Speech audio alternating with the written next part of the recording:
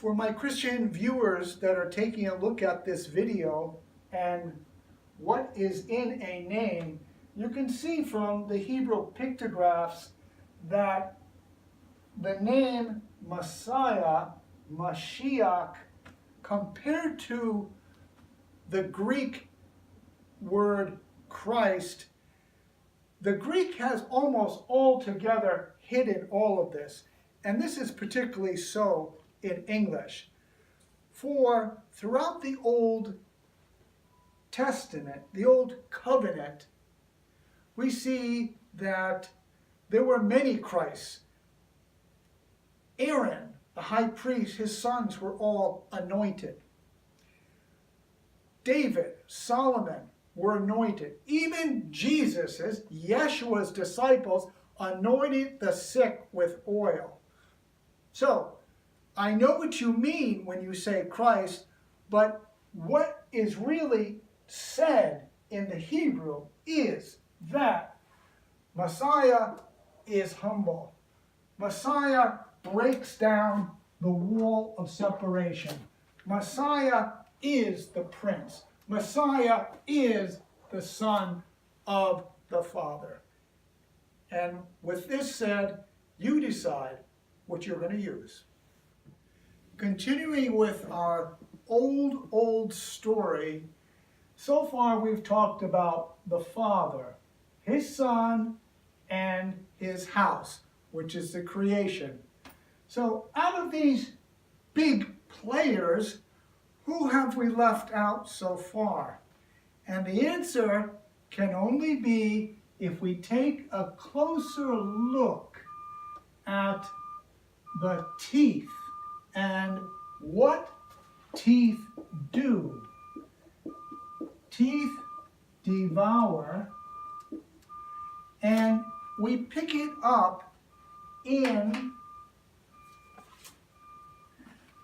the Gospel of Luke, chapter 22, verse 1. Now the feast of unleavened bread drew near, which is called the Passover.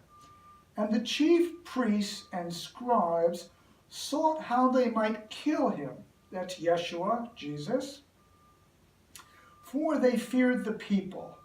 Then entered Satan into Judas, surnamed Iscariot, being the number of the 12 disciples.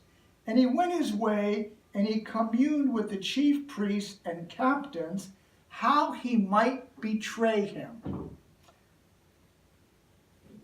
We open to the Gospel of Matthew, chapter 26, verse 48, and it says this: Now the betrayer, that's Judas, he gave them a sign when he brought this armed contingent of temple guards to the Garden of Gethsemane looking to arrest Messiah. And he said, whoever I kiss, the same is he. Arrest him. Arrest him.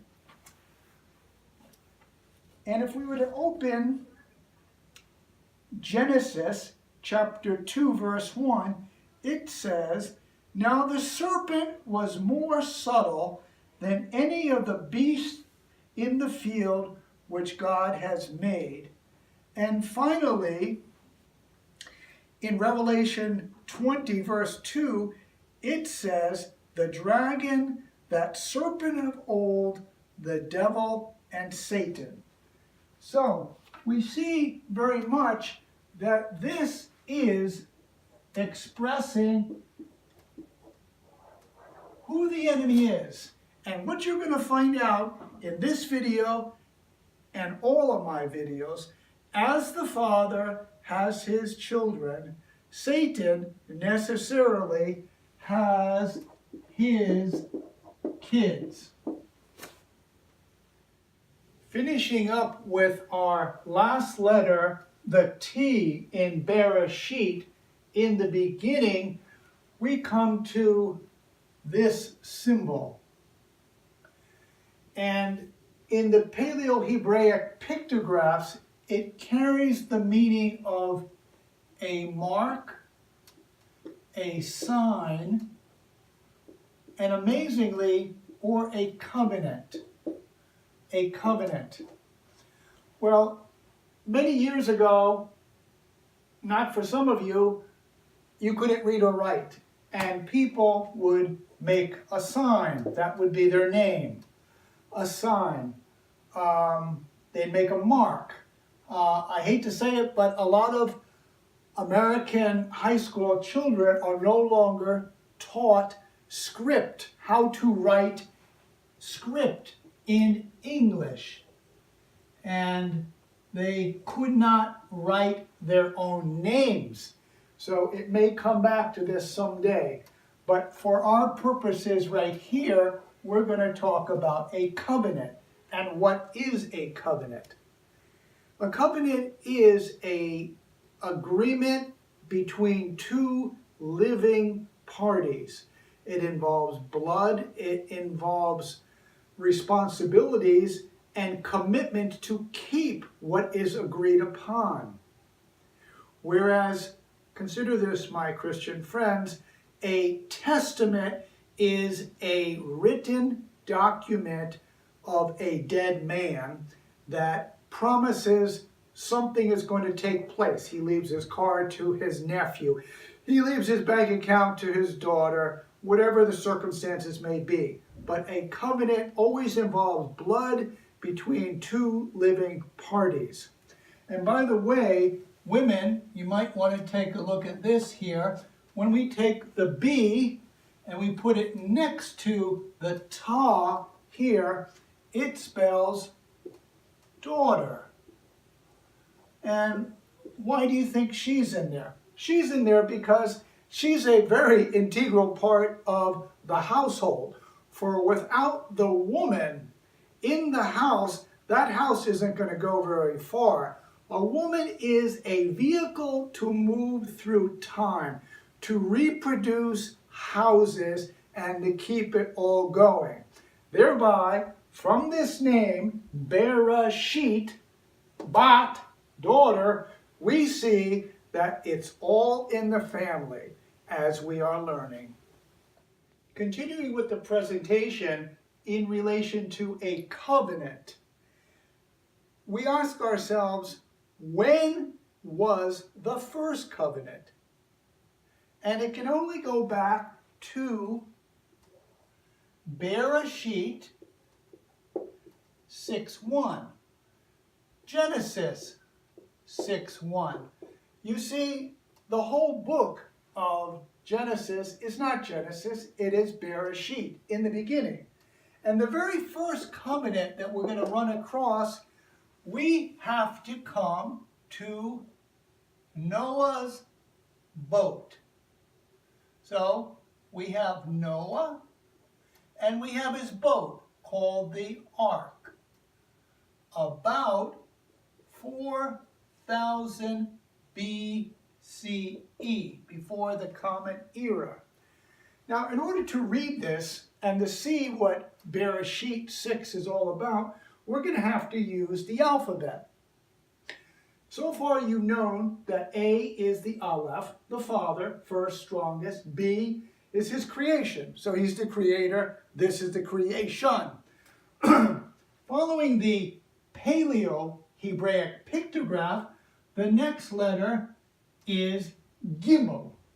It's called Gitmo. I know in English it's C, but this is the original.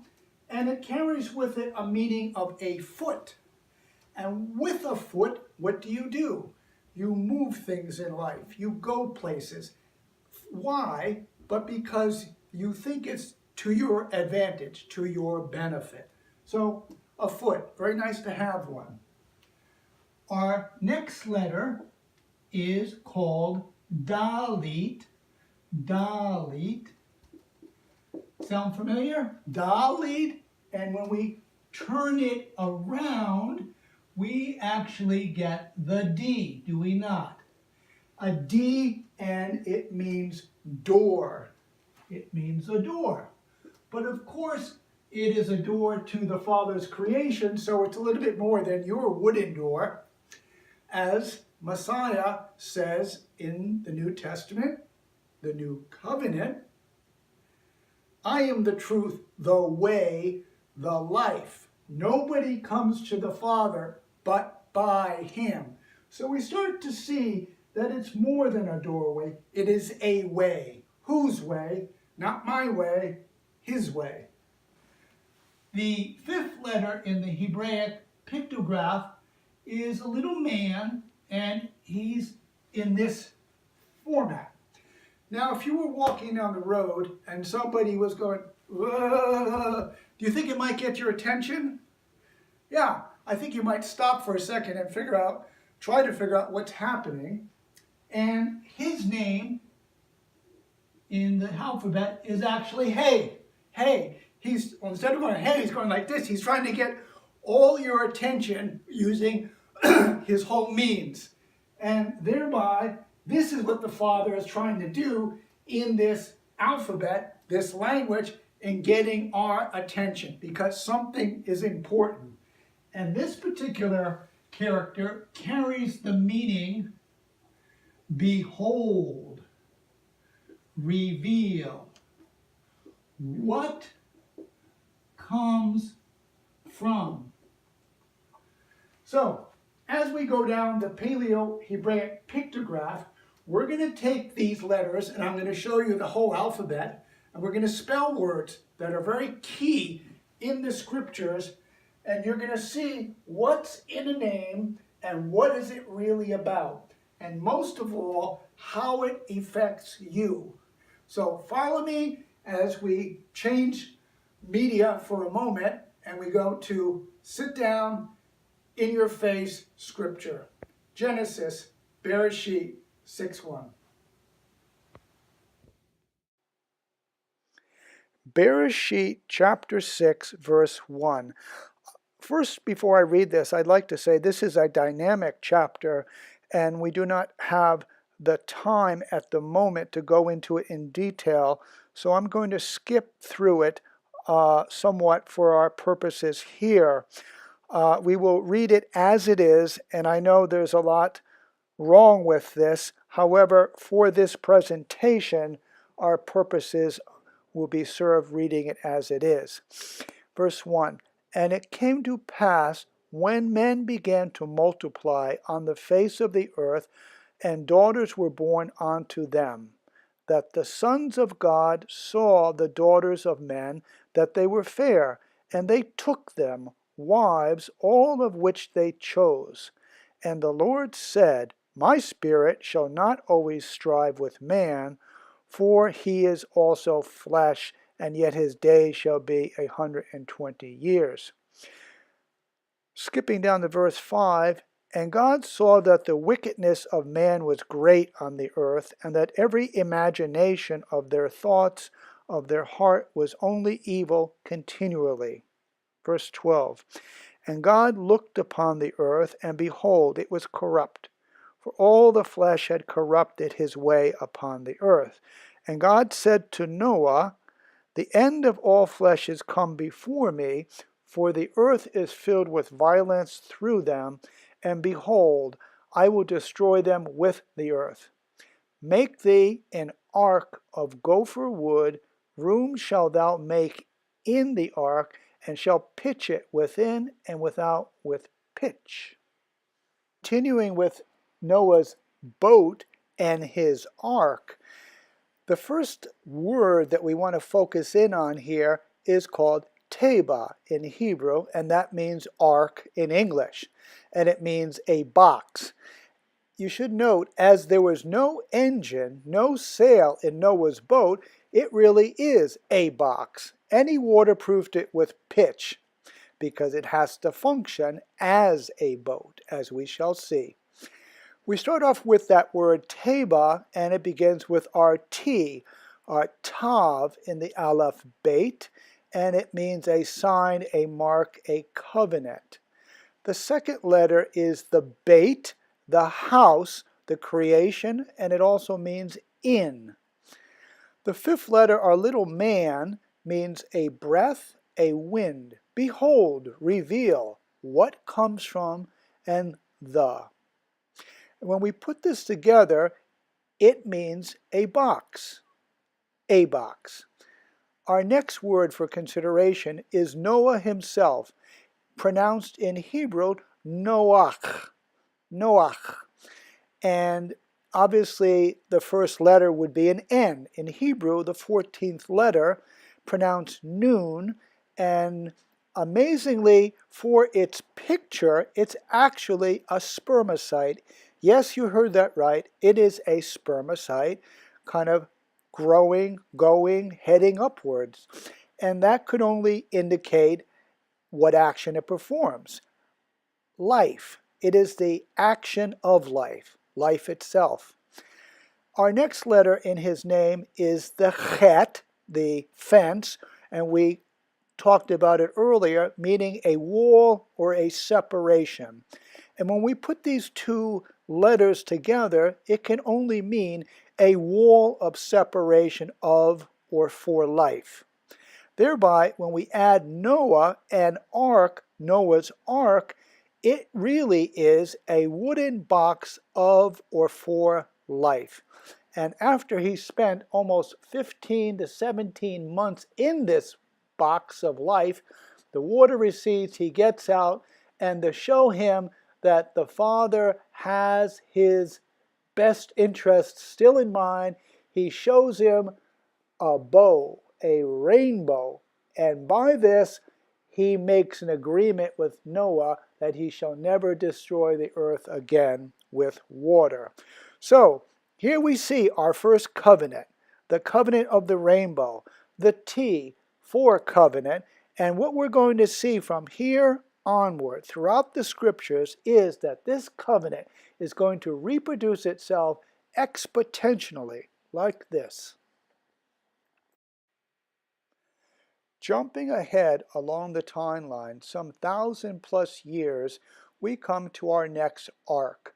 Now, a lot of things have happened since Noah's days. Abraham has come, his son Isaac has fathered Jacob, the 12 sons. They moved down to Egypt, and things were great when they first went down there with Joseph, but time went by, circumstances changed, and we pick it up in Shemot or Exodus chapter 2 verse 3, where what we see is a similar sociological situation where society has gone crazy, only here it has particularly devolved for the Israelites. For verse 1 tells us that a Pharaoh came who did not know Joseph. And as prophesied prior to this by Abraham himself, he was told by the Father that your seed shall go down into a land not theirs, and there they shall be strangers. And this land will turn out to be what we call Egypt, or in Hebrew, Mitzrayim, which means trouble within the waters. Thereby, as the Israelites multiplied in Egypt, some didn't like this. They felt rather uptight. Thereby, they tried to do something about it, and that was to kill all the male-born Hebrew children. And we pick it up in Exodus, Shemot chapter 2, verse 1. And there went a man of the house of Levi, and took a wife of the daughters of Levi. And the woman conceived and bore a son. And when she saw him, that he was a goodly child, she hid him for 3 months. And when she could no longer hide him, she took for him an ark of bulrushes, and daubed it with slime and with pitch, and put the child therein, and she laid it in the reeds by the river's bank. Okay, she's trying to hide her child because of the maniac Pharaoh's decree. Let's take a look now at Pharaoh himself.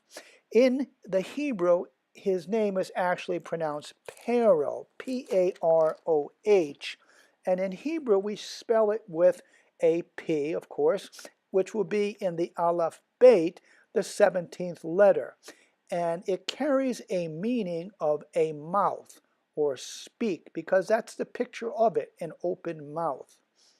The next letter in this pero is our resh, and that's the head or the sum of it. It's the 20th letter.